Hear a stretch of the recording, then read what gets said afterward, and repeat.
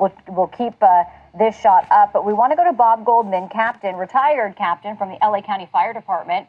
Thank you so much for joining us. I'm wondering, as you're watching this fire activity this morning, what your main reactions and takeaways are. Well, it's no surprise to me that there's some additional territory getting burned up and getting close to homes again.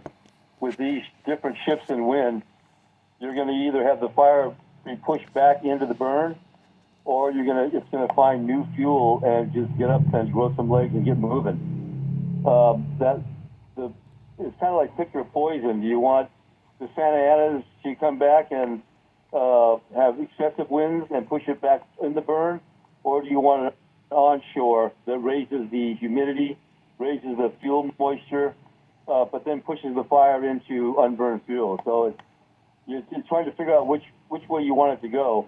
But looking at it now, the conditions are better than I have seen them recently, because the smoke seems to be going more vertical than horizontal in some spots, and that's really a good sign.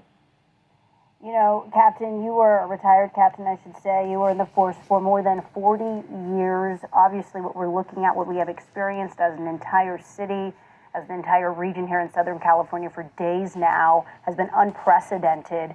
I would love, from your perspective, to know what you make of all of this, and how do you think the progress is going thus far?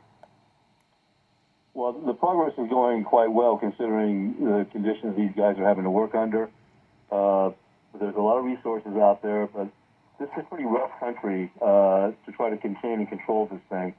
There's the last fire that I remember anywhere near here was when I was working with LA City Fire Department in 1978. There was a Mandeville Canyon fire, and I don't know how many homes were burned, but that was a pretty significant fire.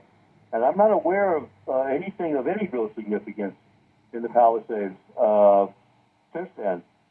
So you've got a large area, a large bed of fuel that's decadent, that's old with new. It hasn't been cleared out. It hasn't been thinned out. And when you get fire into these kinds of conditions, it burns really hot.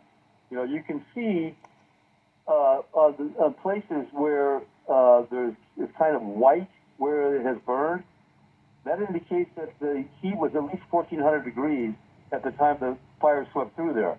Wow. Now, this is going to be a problem from the rains, because when you have a fire that is that hot, it heats up the soil, which releases kind of a paraffin, and then the soil becomes what they call hydrophobic. So then when the rains come, the water just rushes down across this watershed. It doesn't percolate, it doesn't soak in, it just keeps gathering up burned material, rocks, dirt, debris, cars, couches. Wow.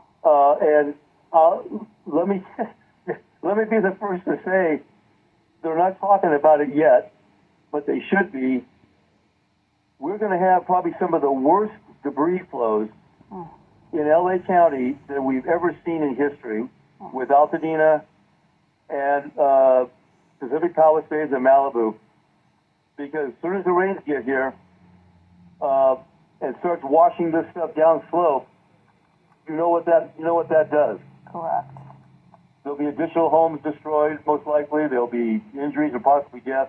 I don't mean to sound like I'm the gloom and doom guy. It's reality. It's the reality of the cycle that we have. And, you know, all that debris and material, all those homes that burn, I don't know, without bringing in 5,000 dump trucks